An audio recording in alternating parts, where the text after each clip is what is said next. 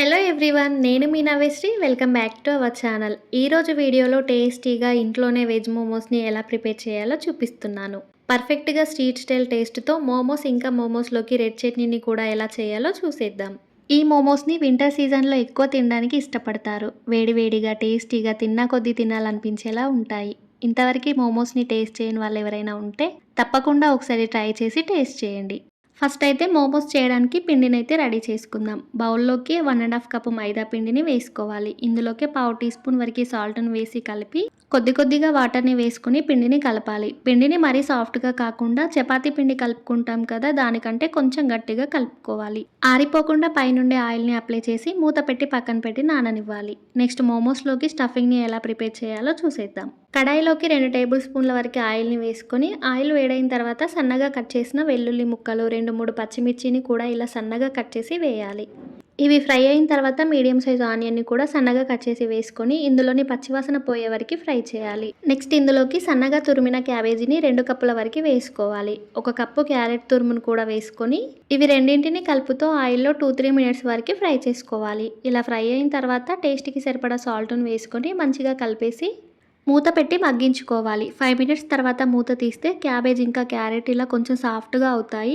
అప్పుడు ఇందులోకి పావు కప్పు వరకు చిన్న ముక్కలుగా కట్ చేసిన క్యాప్సికమ్ని వేసుకొని మంచి ఫ్లేవర్ కోసం 1/2 టీ స్పూన్ వరకు బ్లాక్ పెప్పర్ పౌడర్ని వేసుకొని ఒకసారి మంచిగా కలిపేసి మళ్ళీ మూత పెట్టి ఉడికించాలి.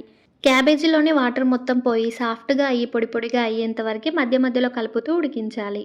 5-10 మినిట్స్ తర్వాత మూత తీస్తే క్యాబేజీలో పొడిగా అవుతుంది కదా, స్టఫింగ్ అయితే రెడీ అయిపోయినట్టే. దీన్ని పక్కన పెట్టుకొని చల్లారనిద్దాం.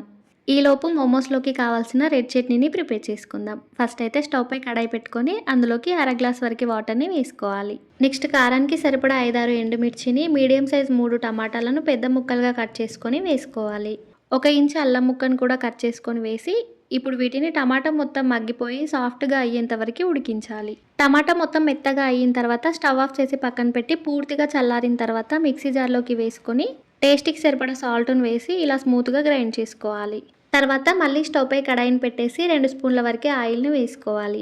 ఆయిల్ వేడైన తర్వాత చిన్న ముక్కలుగా కట్ చేసిన 5-6 వెల్లుల్లిని వేసుకొని ఫ్రై అయిన తర్వాత మిక్సీ పట్టిన టమాటో ప్యూరీని కూడా వేసుకోవాలి. ఈ టమాటో ప్యూరీని 2-3 మినిట్స్ వరకు ఉడికించాలి. కొంచెం థిక్గా అయిన తర్వాత 1 teaspoon soya sauce, 1 teaspoon red chilli సాస్ని వేసుకోవాలి. మీరు కావాలంటే 1 స్పూన్ వెనిగర్ని కూడా యాడ్ చేసుకోవచ్చు. ఇలా వీటన్నింటిని వేసిన తర్వాత కలుపుతూ కావాల్సినంత కన్సిస్టెన్సీలోకి వచ్చే వరకు ఉడికించి పక్కన పెట్టుకోవాలి. రెడ్ చట్నీ అయితే రెడీ అయిపోయింది. ఇప్పుడైతే మోమోస్ ఎలా చేయాలో చూద్దాం. మనం రెడీ చేసుకున్న స్టఫ్ అయితే చల్లారిపోయింది. ముందుగా కలిపిన పిండి కూడా మంచిగా నానిపోయింది. ఇప్పుడు ఈ పిండిలోంచి కొంచెం పిండిని తీసుకొని ఇలా చిన్న బాల్ లాగా చేసుకోవాలి. ఇప్పుడు దీన్ని పూరీ సైజ్ కంటే చిన్నగా వచ్చేలాగా రోల్ చేసుకోవాలి. మీకు అన్ని సేమ్ సైజులో రావాలంటే పెద్ద చపాతీలాగా రోల్ చేసుకొని ఒక బౌల్తో కట్ చేసుకొని తీసుకోవచ్చు. ఇప్పుడు ఇందులోకి మనం రెడీ చేసుకున్న స్టఫ్ను పెట్టేసి మోమో షేప్ వచ్చేలా నేను ఇక్కడ వీడియోలో చూపిస్తున్నట్టు పూరీని చివరి వరకు ఫోల్డ్ చేసుకోవాలి. మనం చీరకు కుర్చీలు పెట్టుకుంటాం కదా, సేమ్ అలానే చేసుకోవాలి. ఎడ్జెస్ మొత్తం ఒక దగ్గరికి వచ్చిన తర్వాత కొద్దిగా ప్రెస్ చేస్తూ ట్విస్ట్ చేసుకోవాలి, స్టఫింగ్ బయటికి రాకుండా. అంతే, మోమోస్ అయితే రెడీ అయిపోయాయి. మోమోస్ అన్నింటినీ ఇలా రెడీ చేసుకోవాలి. వీటిని ఉడికించడానికి ఒక స్టీమర్ని తీసుకొని దానికి అంటుకోకుండా ఉండడానికి ఫస్ట్ అయితే ఆయిల్ని అప్లై చేసుకోవాలి.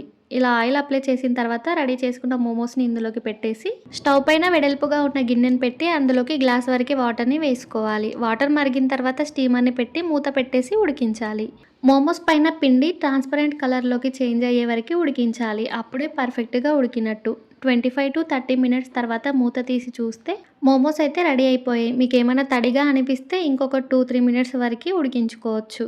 అంతే, హాట్గా టేస్టీగా మోమోస్ అయితే రెడీ అయిపోయాయి. ఇందులోకి మనం రెడీ చేసుకున్న చట్నీతో తింటే సూపర్గా ఉంటుంది. వెదర్ చల్లగా ఉన్నప్పుడు ఇలా వేడివేడిగా చేసుకొని తింటే చాలా బాగుంటుంది. ఏంటి చూస్తుంటే మీకు కూడా నోరూరుతుంది కదా. మరి లేట్ చేయకుండా వీడియోని ఫాలో అయిపోయి మీరు కూడా చేసి టేస్ట్ చేయండి. ఎలా ఉందో కామెంట్ చేయండి.